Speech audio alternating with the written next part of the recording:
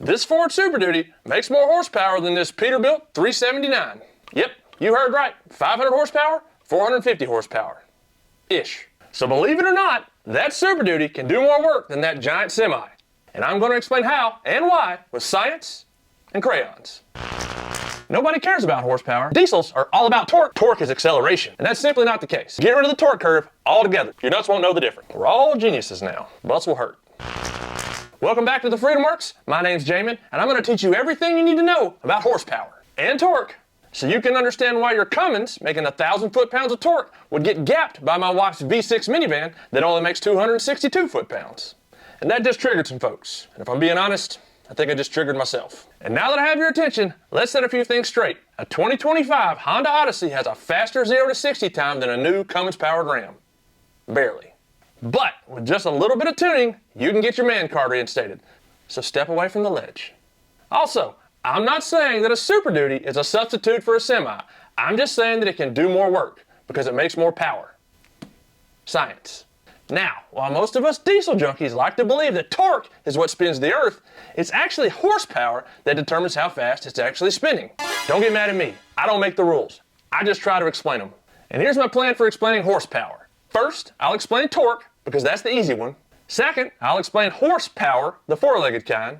Third, I'll explain horsepower, the expensive kind. And finally, I'll explain whether it's torque or horsepower that really matters. And you diesel torque junkies should probably sit down for this one. Butts will hurt. And speaking of diesel torque, let me dispel a common torque myth that I hear all the time. It goes something like this, and I quote, "Nobody cares about horsepower. Diesels are designed for torque. That's why they exist, for torque." End quote. And that's simply not the case. Me personally, I drive diesels because of the torque and because I like turbo sounds. Torque and turbos make me happy. And it's probably the same for a lot of you. But, big old saggy butt, Rudolph Diesel invented his engine in 1893 for one reason alone: efficiency.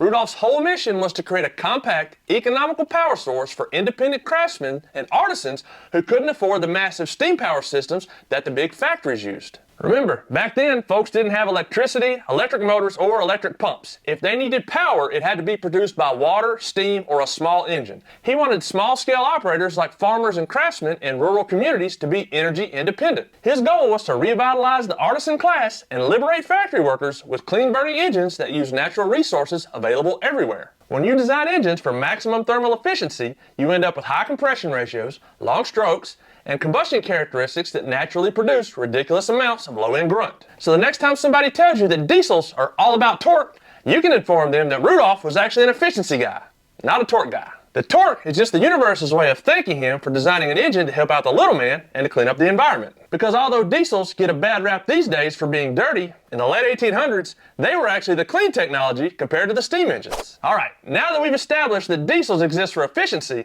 let's talk about what makes them fun to drive. Torque. Torque is just twisting force. That's it. Whether you're trying to open up a jar of pickled pig's feet, tighten a lug nut, or screwing on the old freedom muffler, you're applying torque. Geez, that's a lot of screwing. Torque. How much torque?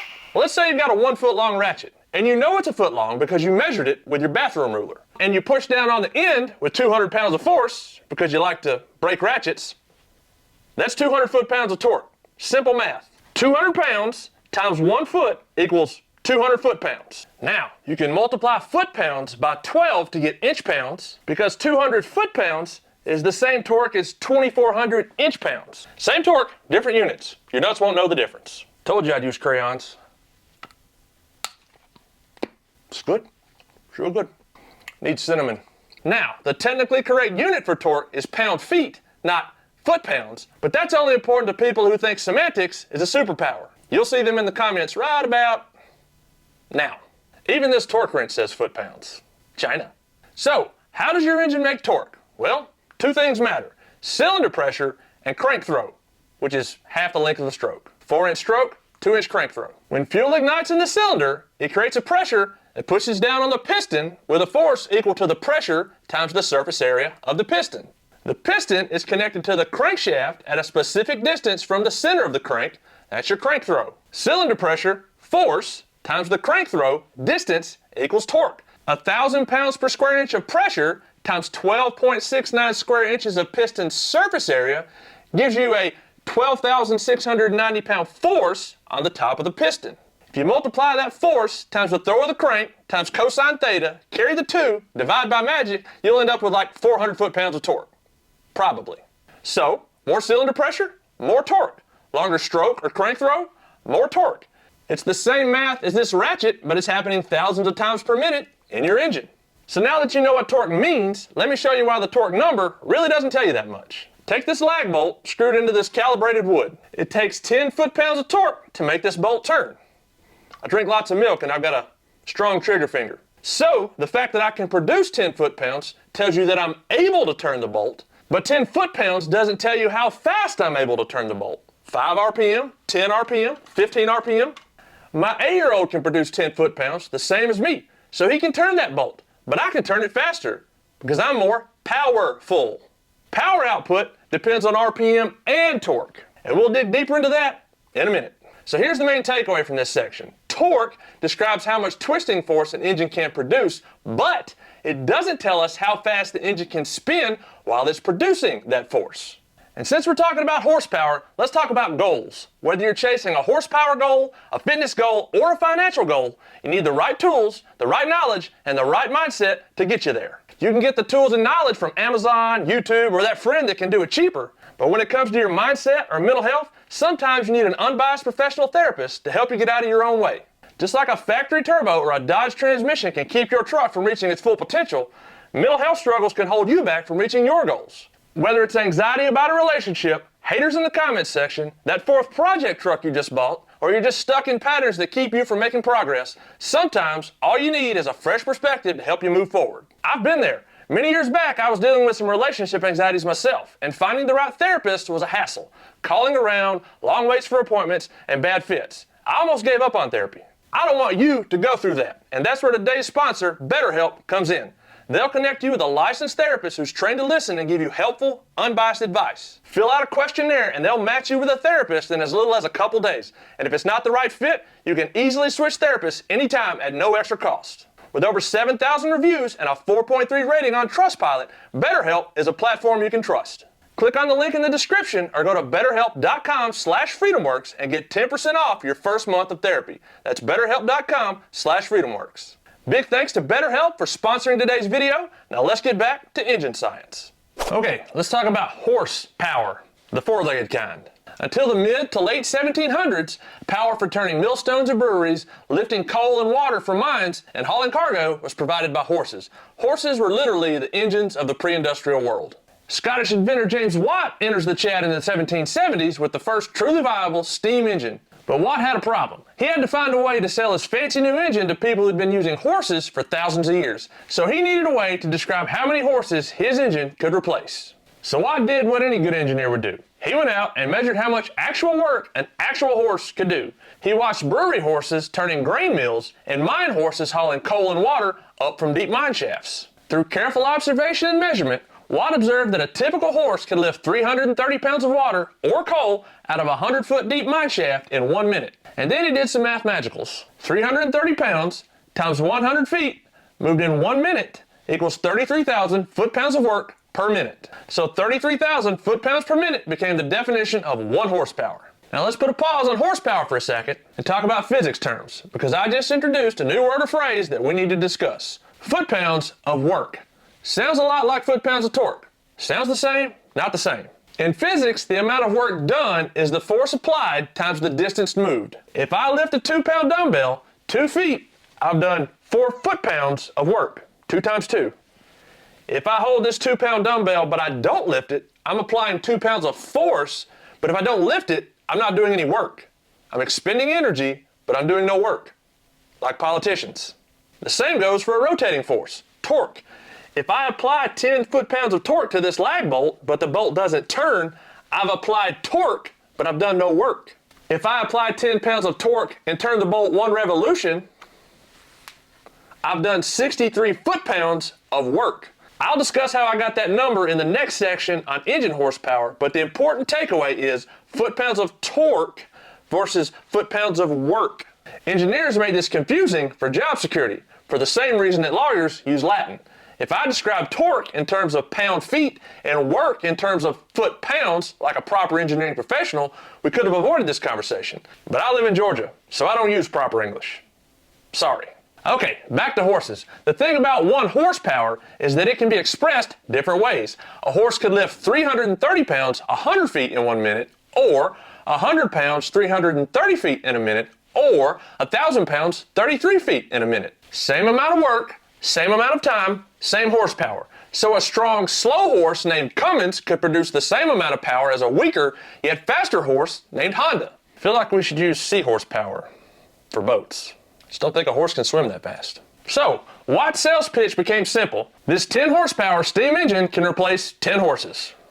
Customers could immediately visualize what they were getting. No more feeding, shoeing, or milking their horses. Just one machine doing the work of 10 beasts. A 500 horsepower Super Duty theoretically produces the same sustained work output as 500 of those Budweiser Clydesdales. That's 2,000 horse hoofs to shoe and up to 1,000 horse nipples to milk. Horse cheese. So you can have your horse and eat it too. So let's wrap up 4-legged horsepower. A horse can lift 330 pounds 100 feet in 1 minute. So 1 horsepower equals 33,000 foot-pounds of work per minute, or 550 foot-pounds of work per second. And if foot-pounds, power, and horse torques is overwhelming you, that's understandable. You're probably not an engineer, and you don't need to be an engineer to understand all this stuff. You probably just need somebody smarter than me to explain it to you. So let me recommend this book, Physics for Gearheads. It's written by a former engineer for GM who happens to be a gearhead with a PhD. This thing is gold for anyone that wants to understand the physics of automotive powertrains, suspension, efficiency, and performance. It isn't cheap, but it's worth the money. Probably. I'll link it in the description. So let's convert 4-legged horsepower into 6-cylinder horsepower. How do we get from foot-pounds of torque to foot-pounds per minute, or horsepower? Well, we need some basic physics and math. I'll try to make it simple. Ish. For an engine, power is torque times RPM. To express that in terms of a horse, you divide by 5,252. Stick with me. Give me 90 seconds to explain where that 5,252 comes from. This is important if you want to be smarter than your brother-in-law. Horsepower in a straight line. Force times distance divided by time. The horse lifted 330 pounds 100 feet in a minute. 33,000 foot-pounds of work per minute. It's pretty easy to visualize, especially with a visual. Torque spins in a circle. Not so easy to visualize. But we can convert that into a straight line with some geometric magic. Let's use our lag bolt and assume I'm spinning it at 60 RPM. 10 pounds pushing this way, acting at a distance 1 foot from the center of the circle. 10 pounds, 1 foot. 10 foot-pounds. In one complete revolution, that 10 pounds acts over a distance equal to the circumference of that circle. The circumference is 2 pi times the radius. We've already assumed the radius is 1 foot, so 2 pi times 1. That's 6.28 feet. So instead of looking at it as 10 foot-pounds acting in a circle, like in an engine, now you can look at it as 10 pounds acting over a straight line of 6.28 feet. All I did was straighten out that circle. It's a lot easier to visualize a horse lifting 10 pounds 6.28 feet. To me. But I'm an idiot. Here's the beauty in this. Anytime we're discussing torque in terms of foot-pounds, the work in one revolution will always be torque times 2 pi. Or torque times 6.28. Always. It's circle logic. And to determine the power produced by that torque, we just need to know the speed of rotation. So for 10 foot-pounds at 60 RPM, the work per revolution is 62.8 foot-pounds. We multiply that by the speed, 60 revolutions per minute, and that gives us the power, 3,768 foot-pounds per minute. If you want to convert that to horsepower, you have to divide it by 33,000, and that'll give you 0.1142 horsepower, 11% of a horse. I feel like that's a little low. Everything I just showed you derives this equation, torque times RPM divided by 5,252. Work per revolution equals torque times 2 pi r. We've already determined that the radius r is 1 foot, so that is just 6.28 approximately. So work per minute equals torque times 6.28 times the RPM. Horsepower is the work per minute divided by 33,000 foot-pounds per minute. And that equals torque times 6.28 times RPM. If you divide that 6.28, which is just 2 pi, into that 33,000 foot-pounds of work per minute, that gives you 5,252. All that number is 33,000 foot-pounds of work per minute, which is a horsepower, divided by 2 pi. That's it. It's that simple. Horsepower divided by 2 pi. So although I might have confused you with this page, what you need to know to tell people at parties is that the 5,252 in this equation is simply 33,000 foot-pounds of work per minute, 1 horsepower, divided by 2 pi. Yeah, we're all geniuses now. Now let's circle back to our Ford Super Duty versus our 379 Peterbilt. 6.7 liter power stroke, 1,182 foot-pounds of torque at 2,000 RPMs. You plug those into that equation, you get 450 horsepower. The PACCAR MX-11, 1,480 foot-pounds of torque at 1,600 RPM. You plug them into that equation, 450 horsepower. Both are making 450 horsepower, so both can do the same amount of work in a given amount of time. That Ford can move 40,000 pounds up the hill in half the time that Pete moves 80,000 pounds up the hill. Same work per time, same horsepower. And the comment section just erupted. That's good, helps the algorithm. Okay, so what really matters, horsepower or torque? Well, it depends. If all-out performance is your goal, drag racing, sled pulling, boat racing, road racing, or even towing the heaviest load up a mountain, torque makes little difference. You need big peak power. Peak power. If you want something that drives and tows easily and effortlessly, meaning it's responsive, accelerates easy, it isn't constantly shifting gears, it's quiet and efficient because the engine isn't turning 11,000 RPMs to pull up a hill or fight a headwind, you need big low-end torque. Notice I said peak power and low-end torque. That's the way most people describe the difference between gasoline power characteristics and diesel power characteristics, because it makes sense, and it isn't wrong, but it does cause confusion about the topic, the kind of confusion that actually necessitated this video. We should really be describing both engines in terms of power, not power versus torque, saying peak power versus low-end power or peak power versus average power. That makes it apples to apples. Let's look at a practical example about what I'm talking about here with two fairly comparable trucks. Two GMC 1500 Sierra trucks, one with a 5.3 liter gasoline V8 and one with a 3 liter inline-6 Duramax diesel. The 5.3 liter V8 has 355 horsepower and 383 foot-pounds of torque. It does 0 to 60 in 6.4 seconds and a quarter mile in 14.9 seconds. The 3 liter diesel has 305 horsepower and 495 foot-pounds of torque. It does 0 to 60 in 6.8 seconds and the quarter mile in 15.3 seconds. The gas-powered truck is faster, even with a huge torque deficit. Why? Because it makes more peak power. Torque doesn't really matter for 0 to 60 and quarter mile times, even though everybody says torque is acceleration. Torque, or low-end power, might matter with an old 3 or 4-speed transmission, but when you're talking about trucks with 10-speed transmissions, the RPM drop at each gear shift is minimal, and the engine always remains near peak power. And more power means more acceleration, more speed, or moving more weight further in a given amount of time. But let's take a look at the dyno graphs and see what big low-end torque actually does for us.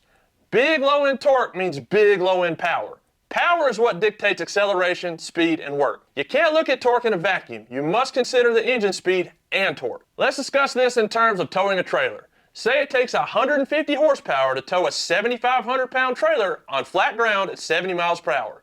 The little diesel can make that power at 1,600 RPM. The V8 needs to turn 2,200 RPM to make that same power. Now what about towing up a hill at 250 horsepower? The diesel can make that humming along at 2,500 RPM, while the V8 needs to be turning 3,500 RPM to produce the same power. That's a big difference. 71% more RPM to produce the same power. That means it's loud and likely pretty inefficient. More RPM means more friction and more pumping losses, thus less efficiency.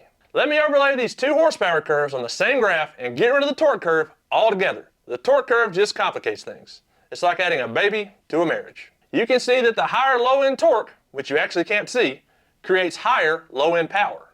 So the extra torque is the reason for the extra power, but it's the power that actually dictates how much work gets done. It seems semantical, but if you learn to look at everything in terms of power, it simplifies the topic. Sometimes. If you had to choose which truck to buy based solely on this graph, which one would you pick? I might actually pick the truck with the gas engine, for the same reason that I buy turbos that are too big for the application, and I buy guns that are big enough to kill dinosaurs. Testosterone. Big numbers make you buy things, and that's why they advertise torque when talking about diesels. Because it's a big number. Really big. Huge! So let's come full circle to the Super Duty versus Peterbilt comparison by making a similar graph. Now, full disclosure, I'm pitting the high output 6.7 liter Power Stroke against the smallest engine that you can even put in that Pete. So I've stacked the odds in favor of the Ford. Admit that. But as you can see, the Power Stroke actually makes more horsepower over a very broad range of RPMs. Even at 2,000 RPM, a normal operating range for a light-duty diesel, it's making more power than that 11-liter engine. It might not do it for 500,000 miles, but it's doing it for right now. And no, it can't legally or physically gross 80,000 pounds like the Pete. That's not the point. If the Super Duty got to the top of a grade grossing 40,000 pounds in half the time that a Peterbilt grossing 80,000 pounds got to the top, they both did the same amount of work. It's science. But let's do a fair comparison. Let's throw the 605 horsepower Cummins X15 onto the graph. That's the highest output engine available in each truck. That X15 makes as much power at 1,300 RPMs as the Power Stroke does at full song. That Cummins isn't even breaking a sweat at 500 horsepower. It can do that continuously all day, every day, for hundreds of thousands of miles. How? Well, that X15 makes over 2,000 foot-pounds of torque at 1,000 RPM. That big torque makes big low-end power. Torque, it matters, but the horsepower has the final word. Probably. All right, let's wrap this up. More low RPM torque makes more low RPM power. That low RPM power makes the truck accelerate harder, shift less, tow better, and do work more efficiently. But it's the power that ultimately determines the rate of work that the truck can do. How much torque and where the torque lives in the RPM range just determines how pleasurable and efficient the truck can do it. If you made it this far, please consider hitting those like and subscribe buttons, leave a comment about a video topic you'd like to see, share this video with your know-it-all brother-in-law, and as always, stay curious.